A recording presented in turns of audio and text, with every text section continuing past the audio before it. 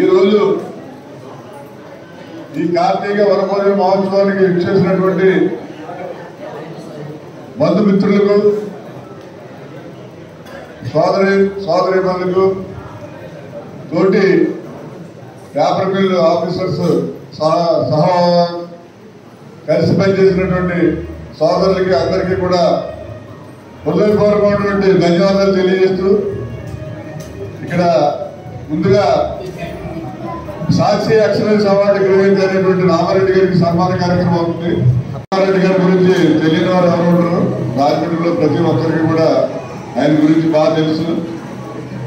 అందరికీ నమస్కారం. మరి ఈరోజు ఇక్కడ ఈ సమావేశాన్ని ఏర్పాటు చేసిన విశ్వేశ్వరరెడ్డి గారు, మరి ఆయన సంఘ సేవాపరంగా కానీ, ఒక విద్యా సంస్థ నెలకొల్పడం కానీ, మరి ఎంతోమంది విద్యార్థులకి చదువు పరంగా కానీ, ఎవరైనా విద్యార్థులు ప్రతిభని ఉన్న వాళ్ళని ఎక్కడికైనా పంపించాలంటే వాళ్ళ యొక్క ప్రతిభను బయటికి తీసుకురావడం కోసం ఎంతో ఆయన వెచ్చించి, ఆయన సంపాదనలో ఎక్కువగా ఈ విధంగా సంఘ సేవకి ఎక్కువగా సర్వీస్ చేస్తున్న వ్యక్తి ఎవరన్నా మన రాజమండ్రిలో ఉన్నారు అంటే, ఏది ఆశించకుండా, ఏ స్వప్రయోజనం ఆశించకుండా చేసిన వ్యక్తి ఎవరైనా ఉన్నారంటే మన డి.కె. విశ్వేశ్వరరెడ్డి గారు. మరి ఆయన ఈరోజు ఈ విధమైన ఆత్మీయ కలయికను మనందరినీ ఒక దగ్గర చేర్చడం చాలా ఆనందంగా ఉంది. మరి ఈ వేదిక మీద మనం హరి రామారెడ్డి గారు లాంటి డాక్టర్ గారిని మనం సత్కరించుకోవడం మనందరికీ ఈరోజు అదృష్టం. మరి ఆయన ఉన్న వేదిక మీద నాకు మాట్లాడమని అన్నారంటే మొదటిసారిగా నాకు ఏం మాట్లాడాలో తెలియట్లేదు. ఎందుకంటే రామారెడ్డి గారి దగ్గర మనం ఏం మాట్లాడలేము. ఆయన మాట్లాడుతూ ఉంటే ఎన్ని గంటలు మాట్లాడినా కూడా, ఆయన మా స్కూల్కి వచ్చారు, మా స్కూల్లో మా పిల్లలతో కూడా మాట్లాడారు. ఆయన ప్రజెంటేషన్ చూస్తే పిల్లల్లో ఎంతో మార్పులు తీసుకొస్తారు. మరి మానసికంగా వాళ్ళ పిల్లల యొక్క స్ట్రెంథెన్ చేయడం కానీ, అది విద్యార్థుల్లో మరి అంటే ఎడ్యుకేషన్ సెక్టార్లో ఉన్నాం కాబట్టి మేము విద్యార్థుల్ని ఏ రకంగా వాళ్ళ యొక్క ఉండే భయాన్ని కానీ, వాళ్ళ ఉండే వాళ్ళ ఉత్తీర్ణత ఏ విధంగా సాధించాలని కానీ, వాళ్ళ స్కిల్స్ని బయట తీసుకురావడం కోసం అనేకమైన స్పీచ్లు ఆయన నేను విన్నాను, చూశాను. మరి మా స్కూల్ కూడా వచ్చి ఆయన చెప్పారు. మరి ఆయన అనేక రకమైన డిగ్రీలు చేస్తూ ప్రతి ఒక్కరికి ఆదర్శంగా, మరి ఈయన నాకు తెలుసుండి రామారెడ్డి గారే ఆయన డిగ్రీలు చేస్తే మనం చేయాలని చాలామంది కూడా ఆయన ఆదర్శంగా తీసుకొని చేయలేరు. అన్ని డిగ్రీలు ఎవరు చేయలేరు. చేస్తే 5, 6, 7 అంతే, అంతవరకు ఎవరో 10 మహా అయితే. మరి ఆయన అన్ని డిగ్రీలు చేస్తూ ఇన్ని ఉత్తమమైన అవార్డులు తీసుకొని, మరి అటు రాష్ట్రపతి దగ్గర కానీ మన బీసీ రాయ్ అవార్డు తీసుకోవడం అంటే చిన్న విషయం కాదు. మరి డాక్టర్ బీసీ రాయ్ గారు అవార్డు తీసుకొని ఆ అవార్డు స్వీకరించడం కానీ, మరి ఇవాళ రాజమండ్రిలోనే కాదు, ఆంధ్రాలోనే కాదు, దేశంలోనే కరి రామారెడ్డి గారు అంటే ఒక గుర్తింపు పొందిన డాక్టర్గా కాదు, డాక్టర్ ప్లస్ విద్యార్థి, నిత్య విద్యార్థి. మరి ఆయన కోసం నేను ఎక్కువ మాట్లాడలేను. నాకు ఆయన వేదిక మీద ఉండగా నాకు మాట్లాడడం ఏం రావడం లేదు. చాలా ధన్యవాదాలు సార్. మీకు ఈ సన్మానం చేయడం, మా కల్చరల్ అసోసియేషన్ తరఫున చేయడం చాలా ఆనందంగా ఉంది. Thank you sir. Thank you.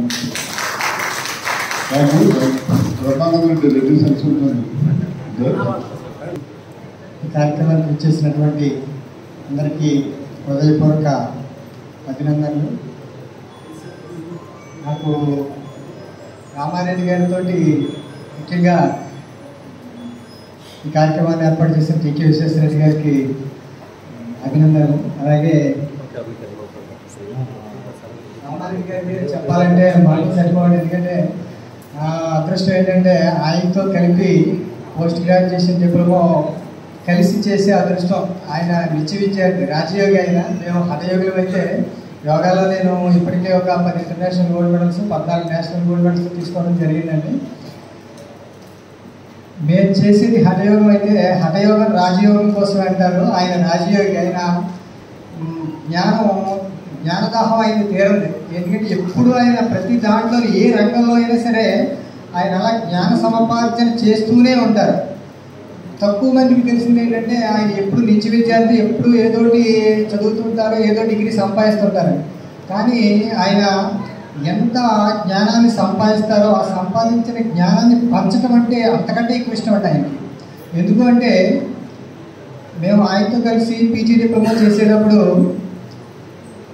మా కొలీగ్స్ అన్నారు, డాక్టర్ గారితో కలిసి మనం పీజీ డిప్లొమా చేసే అదృష్టం కలిగింది, మనకున్న సబ్జెక్ట్స్లో ఎనాటమీ అండ్ ఫిజియాలజీ కూడా ఒక భాగం కదా, మరి అందులో ఆయన నిష్ణాతులు, అంతటి మహోన్నతమైనటువంటి వ్యక్తి మనకి కొలీగ్గా దొరకడం మన అదృష్టం.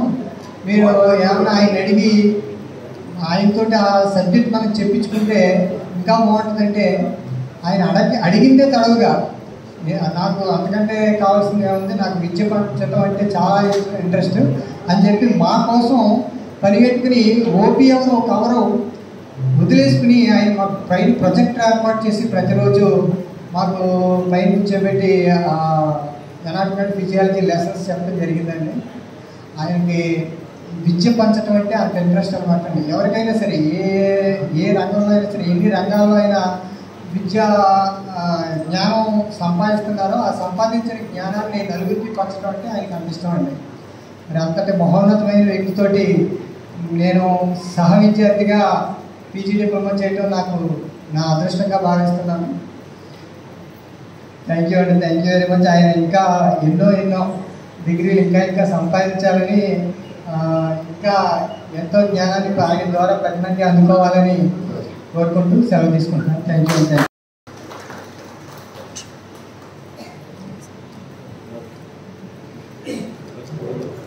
నేను ఫ్యామిలీలో ఎక్సాంపుల్స్ ఆల్రెడీ ఎలాంటి డిపార్ట్మెంట్ చేశాను. కానీ రామాయణ గారి గురించి చెప్పి అంత కథలని కాదు, కాకపోతే ఆయన ఎన్ని చూస్తూ ఉంటాను నేను యూట్యూబ్ అనేది. ఆయన మా ప్రాంతం వారు అనుపత్తి మాత్రలు అది మాకు ఎప్పుడు కలకాలను. ఇంత ఒక డాక్టర్ వర్క్ చేస్తూ ఇన్ని క్వాలిఫికేషన్స్ సంపాదించడం అంటే డాక్టర్ అంటే ఈరోజు తెలుసు మీకు ఎంత బిజీగా ఉంటారు. అయినా ఇన్ని క్వాలిఫికేషన్స్తో అది కూడా గోల్డ్ మెడల్స్తో మామూలుగా చదవటం లేదు, డిగ్రీ సంపాదించడం లేదు.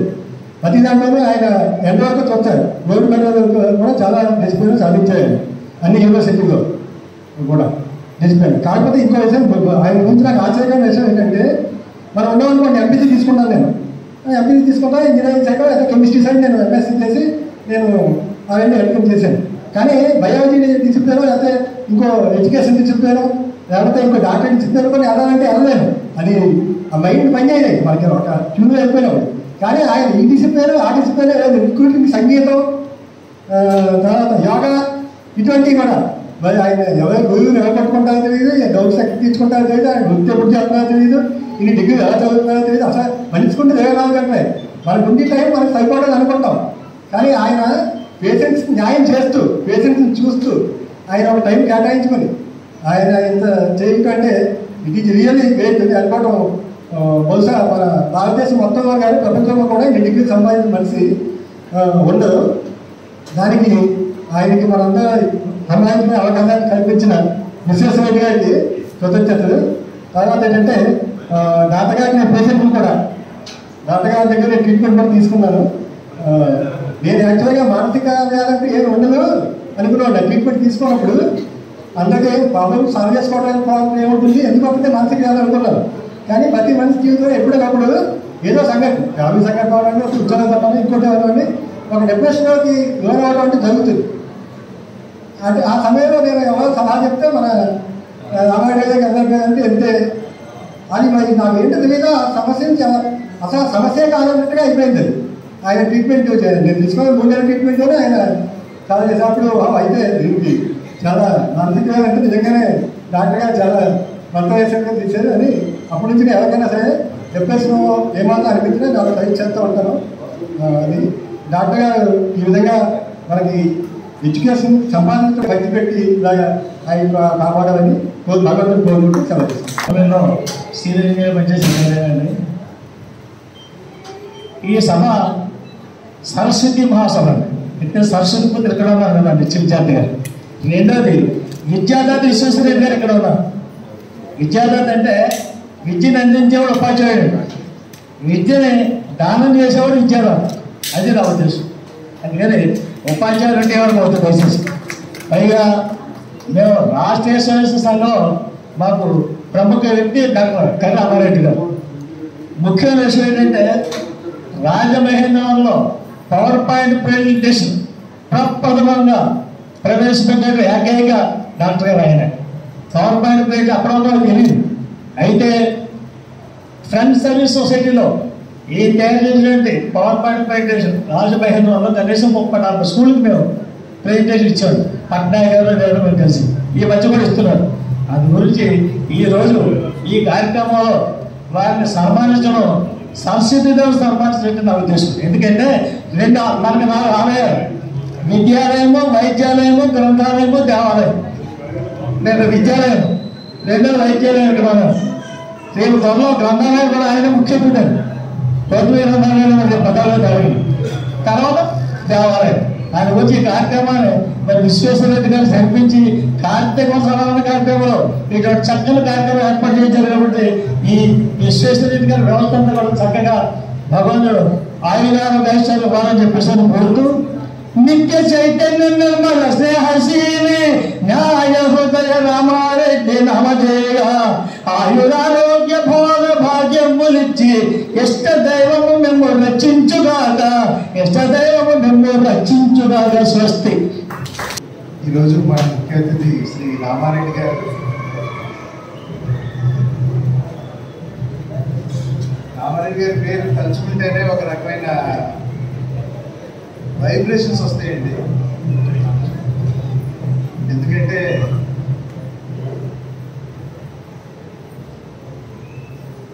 ఆయన ఒక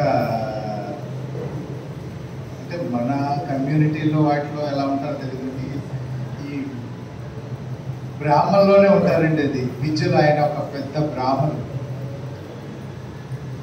అంత అన్ని డిగ్రీలు సంపాదించడం, వాటినేమో అందరికీ విద్యాదానం చేయటం,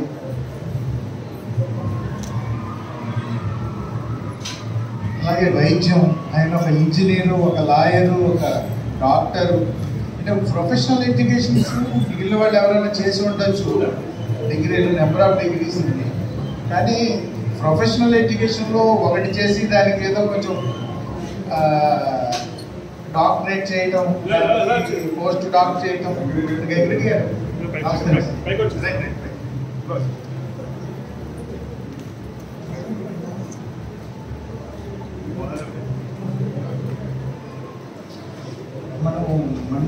మనం ఆయన జీవించిన కాలంలో మనం ఆయనతో పాటు ఉండటం అనేది మన అదృష్టం అండి.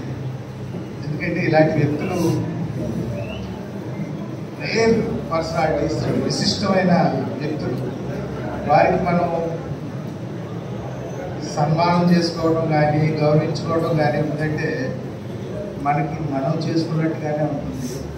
బట్ ఇలా ఇంత వ్యక్తిత్వం ఉన్న రామారెడ్డి గారు మనతో పాటు ఉండటమే మన అదృష్టం. దాన్ని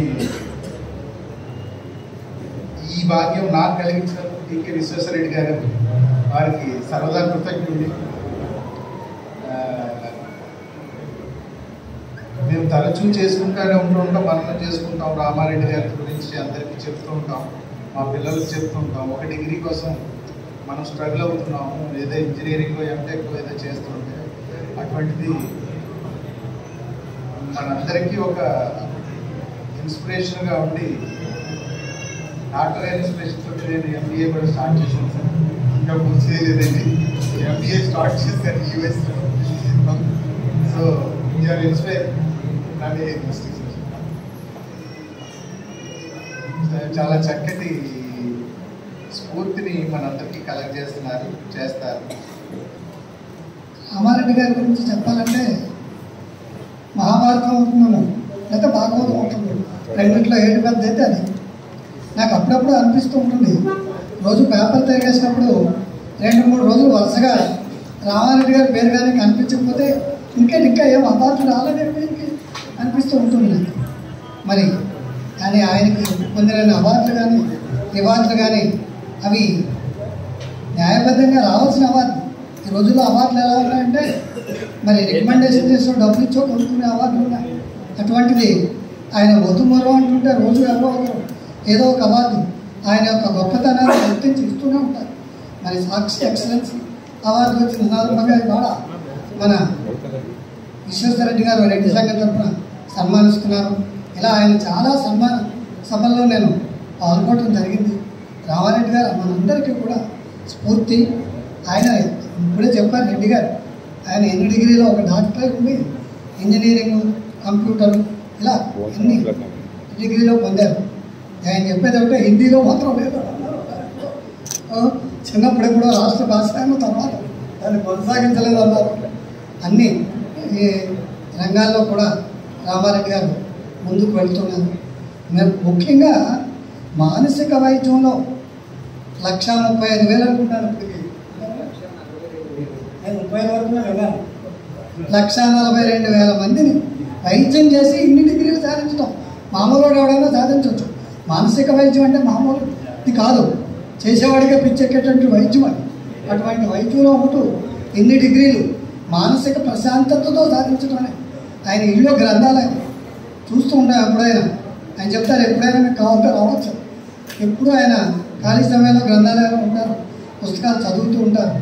పరీక్షలకు ముందు రాయడానికి ముందు 10 నిమిషాలు చాలా ప్రశాంతంగా ఆయన ఆలోచించి పరీక్షలకు అటెండ్ అవుతూ ఉంటారు. ఆయన నుంచి మనం చాలా నేర్చుకోవచ్చు. నేర్చుకోవాలి, ముఖ్యంగా నేను యువతరం నేర్చుకోవాలి. ఒక పరీక్ష రాయడానికి లేదా ఒకరోజు చదవడానికి బాధపడే విద్యార్థులందరికీ మరి రామారెడ్డి గారు స్ఫూర్తి. ఆయన్ని మనం సన్మానించుకోవడం మన అదృష్టం. మామూలుగా అయితే ఏదైనా స్కూల్లో కానీ కాలేజీలో కానీ విద్యార్థులను ఉద్దేశించి ఏదైనా ఉపన్యాసం అంటే నాకు కనీసం 2.5 గంటలు టైం ఇవ్వగలిగితేనే పిలవండి, లేకపోతే వద్దు అని అంటుంటారు.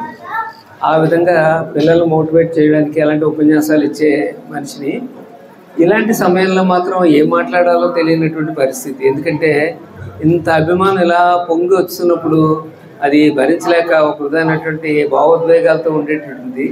అందుకని ఒక విధంగా ధన్యవాదాలు, కృతజ్ఞతలు ఎలా చెప్పుకోవాలో ఓ పక్క నుంచి మీ అందరినీ ఇంత శ్రమ పెడుతున్నానే అని చెప్పేసి కించిత్తు అయ్యో ఒక విధాన ఏదో క్షమాపణ చెప్పుకోవాలా అన్నట్టు ఉండేటువంటి పరిస్థితి కూడా ఉంటుందన్నమాట. విశ్వేశ్వర రెడ్డి గారికి ఎప్పుడు కూడా నా మీద చాలా అభిమానం. ఎంత అభిమానం అంటే ఆయన ఏ వెంచర్లో ఉన్నా సరే, నిజానికి నేను క్రియాశీలకంగా పాల్గొనకపోయినా సరే మొత్తం రాజమహేంద్రి ఎడ్యుకేషనల్ ఇన్స్టిట్యూషన్స్ ఆయన సొసైటీ స్టార్ట్ చేసినప్పటి నుంచి కూడా అన్నీ చూసుకునేది అయినప్పటికీ కూడా దానికి నా యొక్క ఒక ఉండాలి. ఆ విధంగా అంత గౌరవిస్తూ ఉంటుంటారు. అలాగే ఇప్పుడు ఈ విధంగా ఇక్కడ ఇంత కార్యక్రమం జరుగుతున్నప్పుడు సాక్షి ఎక్సలెన్స్ అవార్డు అనేటువంటి గుర్తుపెట్టుకుని ఇక్కడ నాకు సన్మానం చేయాల్సిన అవసరం ఏముంది? అలా చాలా అభిమానం చూపించేటటువంటి వ్యక్తి. ఇది కాకుండా సమాజం పట్ల ఆయనకు ఉన్నటువంటి అంకిత భావం కూడా. మీలో చాలామంది మేనేజ్మెంట్ సర్కిల్స్లో ఉండేటటువంటి వాళ్ళు, మీకు మ్యాథ్స్లోస్ హైరార్కీ గురించి బాగా తెలుసు. ప్రతి మనిషి కూడా ఏదో కనీస అవసరాల గురించి ఎలాగో చూసుకుంటుంటాడు. తిండి, బట్ట, నివాసం ఇవన్నీ ఉన్నాయో లేదో చూసుకుంటాడు. కాస్త కొంచెం సేఫ్టీ ఉందో లేదో చూసుకుంటాడు. ఆ తర్వాత అందరి నుంచి ఆప్యాయత వస్తుందో లేదో చూసుకుంటుంటాడు. కానీ నెక్స్ట్ వచ్చేటప్పటికి గుర్తింపు దగ్గర చాలామంది ఆగిపోతారు. అంటే కేవలం గుర్తింపు కోసం ప్రోకలాడుతూ ఉంటారు అన్నమాట. అక్కడ ఆగిపోయిన తర్వాత ఇంకా పై లెవెల్కి వెళ్ళడానికి చాలా కష్టపడిపోతుంటారు. కానీ విశ్వేశ్వర రెడ్డి గారిని నేను గత కొద్ది సంవత్సరాల నుంచి గమనిస్తుంది ఏంటంటే, దానికంటే పైన ఉన్నటువంటి ఆ సెల్ఫ్ యాక్చువలైజేషన్ లెవెల్కి వెళ్ళిపోయారు ఈయన. అందుకనే ఎంత ఖర్చు అవుతుంది అన్నది చూడటం లేదు, ఎవరు పొగుడుతున్నారు ఎవరు తెగుడుతున్నారు అన్నది చూడటం లేదు. సమాజానికి అంకితం అయిపోయి నిజానికి అక్కడ ఊళ్ళో ఒక సెంటర్లో అక్కడ స్పోర్ట్స్ అకాడమీ లాంటిది ఏర్పాటు చేసి వాళ్ళకి నేర్పితే ఈయనకి వచ్చేది ఏమిటట. అలాగే ఇక్కడ ఇంత పెద్ద కార్పొరేట్ ఎస్టాబ్లిష్మెంట్ పెట్టుకుని అక్కడ మిడిల్ క్లాస్ పిల్లల కోసం, ఉమెన్ కోసం అక్కడ రాజమహేంద్రి కళాశాల అక్కడ ఫీజులు వెంటే మీకు నవ్వు వస్తుంది. ఒకటి ఇలాంటి ఫీజులతో కూడా నడుపుతారు కాలేజీ అనేటటువంటిది. ఇలాంటివన్నీ కూడా సమాజానికి అంకితమైపోయినటువంటి సెల్ఫ్ యాక్చువలైజేషన్ లెవెల్లో ఉన్నటువంటి మనిషి విశ్వేశ్వరరెడ్డి గారు.